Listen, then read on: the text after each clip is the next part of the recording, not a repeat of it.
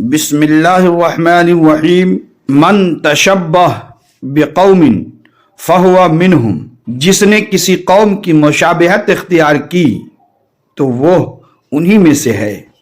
اب سوال یہ ہے کہ اس موقع پر مسلمانوں کو کیا رویہ اختیار کرنا چاہیے جو قرآن و حدیث کی روشنی میں صحیح ہو۔ کیا نبی کریم صلی اللہ تعالی علیہ وسلم نے نئے سال کا جشن منایا؟ کیا صحابہ کرام نے آپس میں ایک دوسرے کو نئے سال کی مبارکباد دی؟ کیا تابعین اور تبع تابعین کے زمانے میں اس رسم کو منایا گیا؟ کیا دیگر مسلمان حکمرانوں نے اس کے جشن کی محفلوں میں شرکت کی؟ حالانکہ اس وقت اسلام ایران، عراق، مصر، شام اور مشرقی وسطی کے اہم ممالک تک پھیل چکا تھا۔ یہ وہ سوالات ہیں جن کا جواب ہر عقل مند شخص نفی میں دے گا۔ پھر آج کیوں مسلمان اس کام کو انجام دے رہے ہیں؟ آخر یہ کس نے ایجاد کیا؟ کون سی قوم نئے سال کا جشن مناتی ہے؟ کیوں مناتی ہے؟ اور اس وقت مسلمانوں کو کیا رویہ اختیار کرنا چاہیے؟ یہ سب باتیں جو ہمارے اور آپ کے ذہنوں میں ابھرتا ہوا آتا ہے، تو ان سبوں کا جواب یہ ہے۔ سنیے، ذرا وقت دیجیے اور سنیے اس ویڈیو کو۔ دنیا کے تمام مذاہب اور قوموں میں تہوار اور خوشیاں منانے کے مختلف طریقے ہیں۔ ہر ایک تہوار کا کوئی نہ کوئی پس منظر ہے، اور ہر تہوار کوئی نہ کوئی پیغام دے کر جاتا ہے، جن سے نیکیوں کی ترغیب ملتی ہے اور برائیوں کو ختم کرنے کی دعوت ملتی ہے۔ لیکن لوگوں میں بگاڑ آنے کی وجہ سے ان میں ایسی بدعات و خرافات شامل کر دی جاتی ہیں کہ ان کا اصل مقصد ہی فوت ہو جاتا ہے۔ جیسے دنیا ترقی کی منازل طے کرتی گئی اور مہذب ہوتی گئی، انسانوں نے کلچر اور آرٹ کے نام پر نئے جشن اور تہوار واضح کیے۔ انہی میں سے ایک نئے سال کا جشن ہے۔ دراصل یہ نئے سال کا جشن عیسائیوں کا ایجاد کیا ہوا ہے۔ عیسائیوں میں قدیم زمانے سے نئے سال کے مواقع پر جشن منانے کی روایات چلتی آ رہی ہے۔ اس کی ایک وجہ یہ بتائی جاتی ہے کہ ان کے عقیدے کے مطابق 25 دسمبر کو حضرت عیسیٰ علیہ السلام کی پیدائش ہوئی۔ اسی کی خوشی میں کرسمس ڈے منایا جاتا ہے، جس کی وجہ سے پوری دنیا میں جشن کی کیفیت رہتی ہے، اور یہی کیفیت نئے سال کی آمد تک برقرار رہتی ہے۔ نئے سال کے جشن میں پورے ملک کو رنگ برنگ لائٹوں اور قمقموں سے سجایا جاتا ہے، اور 31 دسمبر کی رات میں 12 بجنے کا انتظار کیا جاتا ہے، اور 12 بجتے ہی ایک دوسرے کو مبارکباد دی جاتی ہے، کیک کاٹا جاتا ہے، ہر طرف ہیپی نیو ایئر، ہر طرف ہیپی نیو ایئر کی صدائیں گونجتی ہے، آتش بازیاں کی جاتی ہیں، اور مختلف نائٹ کلبوں میں تفریحی پروگرام رکھا جاتا ہے، جس میں شراب و شباب اور ڈانس کا بھرپور انتظام رہتا ہے۔ اس لیے کہ ان کی تفریح صرف 2 چیزوں سے ممکن ہے، اول شراب، دوسرے عورت۔ آج ان عیسائیوں کی طرح بہت سے مسلمان بھی نئے سال کے منتظر رہتے ہیں، اور 31 دسمبر کا بے صبری سے انتظار رہتا ہے۔ ان مسلمانوں نے اپنی اقدار و روایات کو تر اور حقیر سمجھ کر نئے سال کا جشن منانا شروع کر دیا ہے۔ مسلمانوں کا اپنا قمری اسلامی نظام تاریخ موجود ہے، جو نبی کریم صلی اللہ تعالی علیہ وسلم کی ہجرت سے مربوط ہے، جس کا آغاز محرم الحرام سے ہوتا ہے۔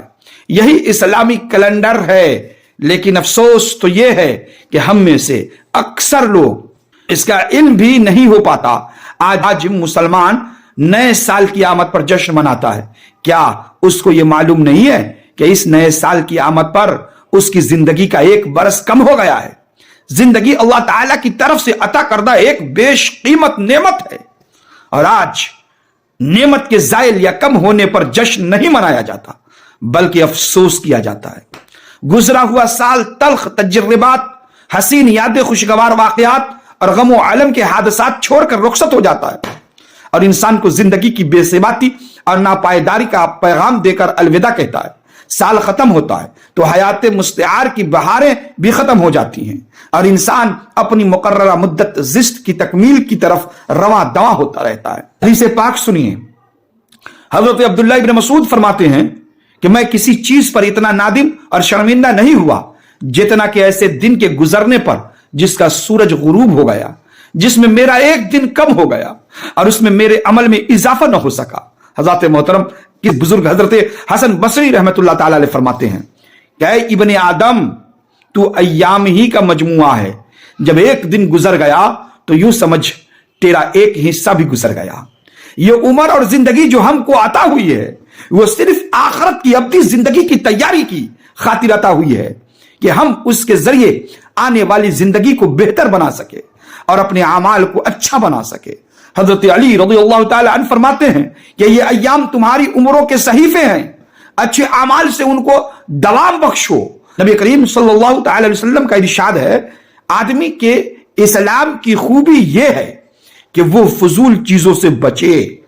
یہ مختلف طرح کے جشن یہود اور نصارہ اور دوسری قوموں میں منائے جاتے ہیں، جیسے mothers day, fathers day, Valentine day, children day اور ٹیچر ڈے وغیرہ وغیرہ، اس لیے کہ ان کے یہاں رشتوں میں دکھاوا ہوتا ہے، ماں باپ کو الگ رکھا جاتا ہے، اولاد کو بالغ ہوتے ہی گھر سے نکال دیا جاتا ہے اور کوئی خاندانی نظام نہیں ہوتا، اس لیے انہوں نے ان سب کے لیے الگ الگ دن متعین کر رکھا ہے جن میں ان تمام رشتوں کا دکھاوا ہو سکے، مگر ہمارے یہاں ایسا نہیں ہے۔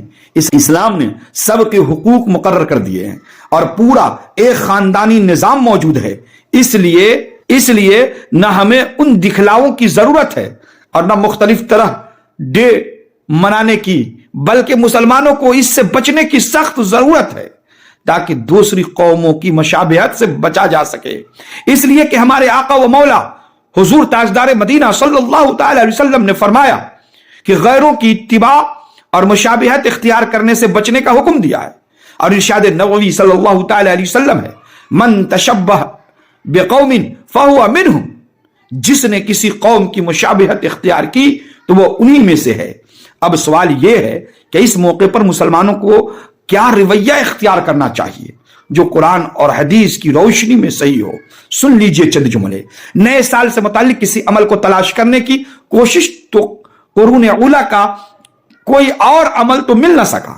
اس کتاب اور حدیث میں یہ روایت نگاہوں سے گزری کہ جب نیا مہینہ یا نئے سال کا پہلا مہینہ شروع ہوتا تو اصحاب رسول صلی اللہ تعالی علیہ وسلم ایک دوسرے کو یہ دعا سکھاتے اور بتاتے تھے، اللہم ادخل علینا بالامن والایمان والسلامتی والاسلام ورضوان من الرحمن وزواز من الشیطان۔ اے اللہ، اس نئے سال کو ہمارے اوپر امن و ایمان، سلامتی و اسلام اور اپنی رضامندی نیز شیطان سے پناہ کے ساتھ داخل فرما۔ اس دعا کو پڑھنا چاہیے۔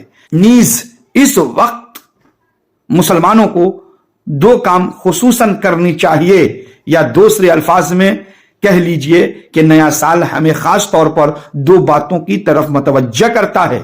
ایک ہے ماضی کا احتساب، آگے کا لاہ عمل۔ یہ دو چیزیں ہمیں یاد رکھنی چاہیے۔